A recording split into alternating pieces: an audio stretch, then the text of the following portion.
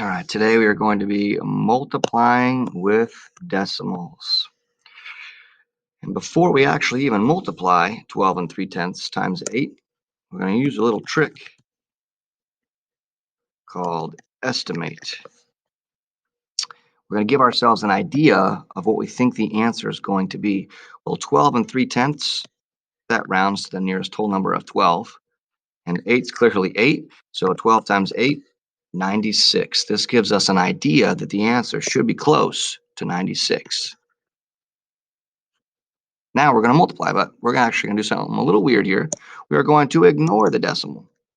We're going to act as if it's not there. So we're just going to do 123 times 8. 8 times 3 is 24. 4, carry the 2. 8 times 2 is 16, plus the 2 I carried over makes 18. And then 1 times 8 is 8, plus the 1 is 9. Now, where can I put my decimal on the digits 984 to get close to 96? There's only one spot, right there.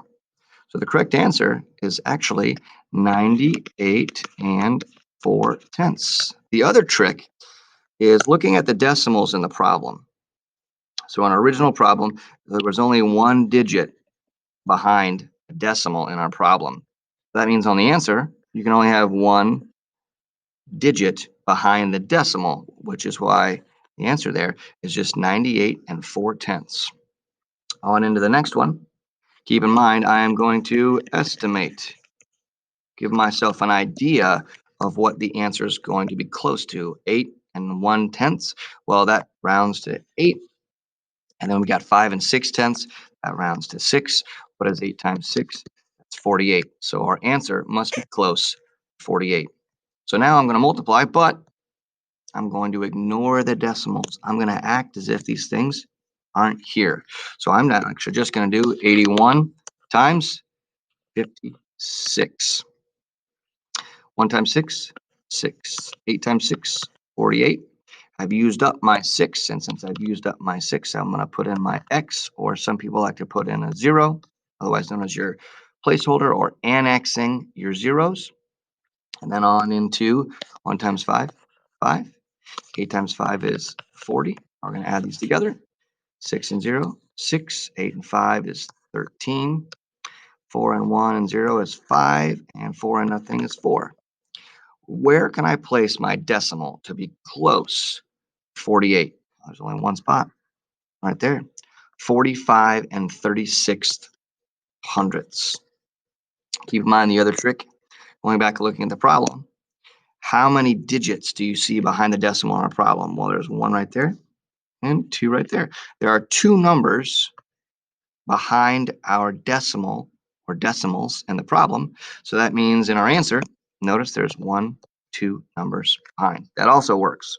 On in the last one, you are being asked to evaluate the expression. Well, notice here we have 2 different operations. We have addition and we have the dot, which stands for multiplication. Well, you will always multiply before you add. So we have to do 8 and 2/10 times 1 and 9/10. Well, I'm going to estimate 8 and 2/10 rounds to 8. 1 and 9/10 rounds to 2. So that's going to be close to 16. I'm going to ignore the decimal. 82 times 19. 2 times 9 is 18. Carry the 1. 8 and 9 is 72. Plus the 1 makes 73. Now the 9 has been all used up. So place my 0. Annexing the zeros. And on into 2 times 1, 2. 8 times 1, 8. I simply have to add these together. 8 and 0 is 8. 3 and 2 makes 5. And 7 and 8 makes 15. Where can I place my decimal to be close to 16? Oh, there's only one spot right there. 15 and 58 hundredths. Keep in mind the other trick is going back and looking at the original problem, and I'm highlighting the numbers or the digits behind the decimals in our problem. Here are our decimals. So there are 1, 2 numbers behind, which is why there's supposed to be 2 numbers behind in our final answer. So now we have 12.67 plus 15 and 58 hundredths, because keep in mind that is the simplified answer for that multiplication problem. So now we have to add these together.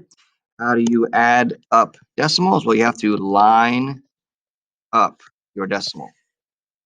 So 12 and 67 hundredths plus 15 and 58 hundredths.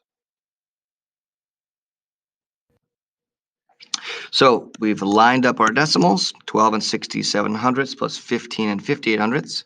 So I go straight down with my decimal. And we're just adding. 8 and 7 makes 15. 5, carry the 1. 6 and 5 is 11, plus 1 makes 12. 2, carry the 1. 5 and 2 makes 7, plus 1 makes 8. And 1 and 1 makes 2. So our final answer for this expression that goes in that box right there is 28 and 25 hundredths.